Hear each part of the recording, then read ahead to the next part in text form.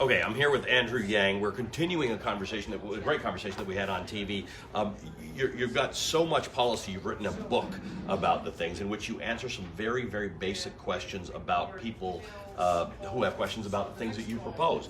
But one of the things that I've noticed you're most interested in these days is the degree to which many of the characters you love in Game of Thrones might get killed off in the new season. So I want to start with that.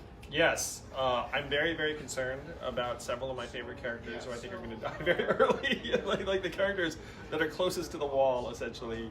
Like, I think they're going to die literally on April 14th. Like, reading your tweets, I almost think that you are in the presidential race to sustain you after your favorite characters on Game of Thrones die. Yes, I need a purpose, and I saw it coming, and the purpose is to hopefully create a new economy that works for all Americans. So I love the topic of universal basic income, and I love what you're talking about around it. But a lot of people, it's new to them, and their whole thing is you're giving people free money for nothing.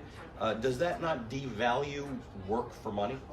Well, one of the things that I found helpful is when you say to someone, this is a dividend, you're an owner and shareholder of this, the richest, most advanced economy in the history of the world. Mm-hmm. And so when they start thinking of themselves as owners and as a dividend, then it becomes less of like a money for nothing and more the equivalent of what you might get from a Verizon or a Coca-Cola. Right. And so I found that to be very, very helpful in explaining to people how it can function. You used examples, for instance, in Alaska, a state that gets a lot of money from oil, and it's people who live there, they get some of that back. Yeah, the petroleum dividend has been in effect in Alaska for almost 40 years. Everyone in the state gets between $1,000 and $2,000 a year, no questions asked. It's wildly popular, has created thousands of jobs, has improved children's health. And it was passed by a Republican governor who made this case. He said, who would you rather get the oil money?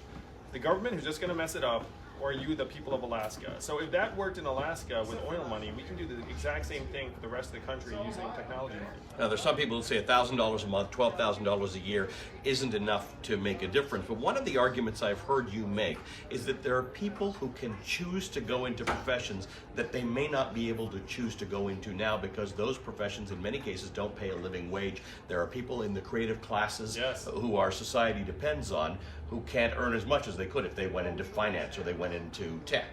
Yeah, we have to wake up and look and see the market is a highly flawed determinant of the value of the different things we're doing.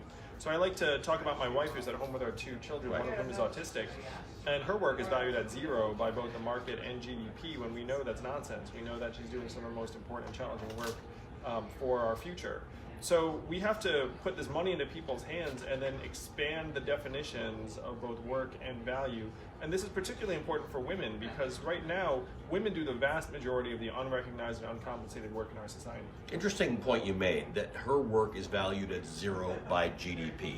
We also, tomorrow, we're going to get the unemployment numbers for March, and we're going to see three numbers. You're going to see the unemployment rate, you're going to see the number of jobs created, and then you're going to see the workplace participation rate. Yeah. Your view is that we don't measure these things as well as we could. We don't actually, whether it's GDP or unemployment or lots of other things in our society, we don't actually measure them properly. Oh yeah, our measurements are deeply misleading at best. Where GDP is going to hit a record high, even as our life expectancy has declined for the last 3 years because of a surge in suicides and drug overdoses. Mental health is at crisis levels in terms of anxiety and depression, and unfortunately suicides.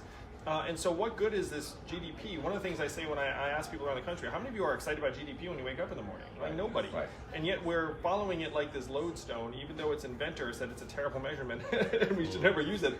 So GDP, stock market growth, and headline unemployment are deeply misleading stats that we need to amend as fast as possible. Some people want to think about it as happiness, an index of happiness or satisfaction. And one thing that you talk about is in terms of suburban blight, or you talk about malls that have been hollowed out, or neighborhoods that have no opportunity. You can tell people about GDP, but if they live in or work in or drive through or go to school in or go to church in one of those parts of the country, the numbers mean nothing. Yeah, that's right. And there's a lot of despair and anger that's building up because we're cheerleading these stats that don't speak to people's lived experiences.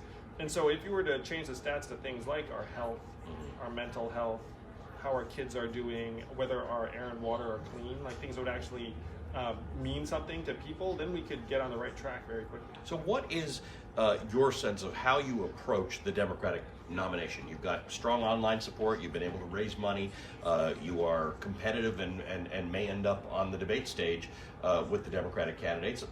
What's your message? What are you telling Democrats who seem to be involved in a discussion about whether they should be more progressive or more moderate? Yeah, so the thing I'm very, very aware of is that most people have never heard of Andrew Yang. So I'm still introducing myself to most Americans, but the more people find out about me, the more they start waking up to the possibilities of the fact that we can evolve and that we can build a trickle-up economy.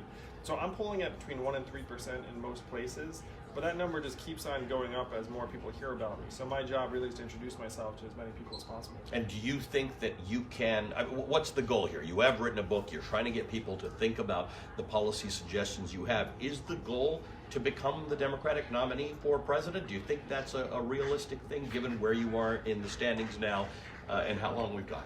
Well, we're in the midst of the greatest economic and technological transformation in our nation's history. You're a parent, I'm a parent. I'm running for president to help galvanize us and wake up. It's not immigrants, it's technology that are causing these economic problems.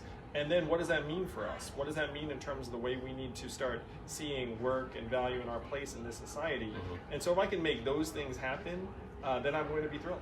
Can we de-weaponize the way we've weaponized around those things? Because the people who supported Donald Trump had a lot in common with a lot of people who supported Bernie Sanders, who maybe have a lot in common with people who support you. They feel that the system has cheated them, and they are looking for a candidate who can say, I get it, but here are solutions. Yes, and our system is doing what it's designed to do, but our system is not designed to maximize human well-being. You know, it used to be that if you had a very profitable business, we could assume that you're going to hire lots of people, you're going to treat them well, you're going to try and make sure that your own community is taken care of. None of that applies anymore. Right. And so when people look up and say, hey, the system's working against them, they're right, because the system is not designed to maximize their well-being. You have cited in your book examples of places that have dabbled in this concept of universal basic income. It hasn't become widespread anywhere, but there are versions of ways of thinking about it that do exist in other parts of the world. For instance, when education is paid for, or healthcare is paid for, or education is subsidized, when people have something that feels like a security blanket under them, they do tend to be happier. The question is, do they become more or less productive? Yes. So they consistently get happier, healthier, mentally healthier, graduation rates go up, hospital visits go down. These are many, many very positive things. And you start seeing the second order. The biggest misconception about universal basic income is that it's somehow not pro-work. Because the reality of putting this money into Americans' hands, it would create 2 million plus new jobs just in the conventional labor because market. People have that money to spend. Yeah, because it's going to get spent on car repairs and tutoring for your kids, and occasional night out, and home improvements you've been putting off. So who has to hire? The hardware store, the tutoring service, the restaurant. Like, everyone has to hire an extra person or two. The other thing is, again, people like my wife who are doing work, or creative work, or entrepreneurial work, or coaching, or mentoring. All of those things are very valuable pursuits, but the monetary market right now has them at zero.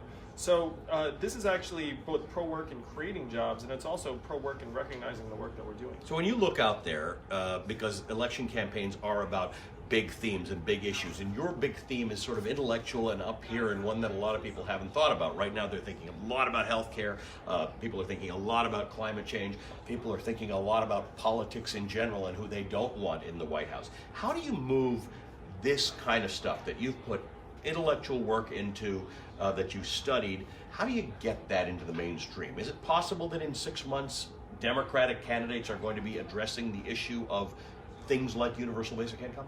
100%, and I'm already seeing it so one of the joys of running for president is you hang out with the other candidates in various contexts, and I actually can see other candidates adopting some of the same themes and ideas and points where Americans can see that our economy is changing in fundamental ways, and unfortunately our government has not been up to the challenge of trying to address that. So everything I'm talking about is going to become mainstream wisdom, particularly as a majority of Democrats already say that they support universal basic income.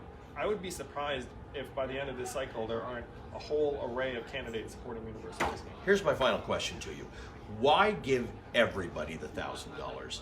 a month, because somebody who's maybe on food stamps and getting some other form of government assistance, they'll trade that in favor of the $1,000 a month. Yep. And somebody like me who's not getting it, who doesn't need it, is still going to get the $1,000 a month, when arguably they need $2,000 and I need no $1,000. Yeah, so there are a few reasons. Number one is someone like you would end up partially funding the freedom dividend because, if you make a lot, you consume a lot, and then you end up paying into the system through the value-added tax. The second thing is that by making a universal right of citizenship, then there's no rich to poor transfer. It's not like you're giving it to the person.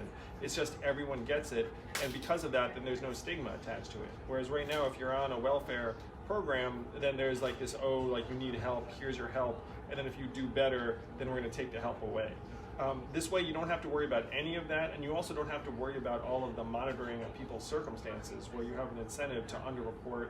Someone like you can never get away with it, but other people might be like, hey, maybe I don't make as much as Right. and maybe I want to qualify for this. So you get rid of all of that, you destigmatize it, you make it truly universal, it becomes a new right of citizenship. Andrew Yang, thanks for taking some time to talk to us about this and That's to great. think about it, to write about it, and we look forward to your candidacy. Yeah, looking forward to it as well. Thank you. Thanks, everybody.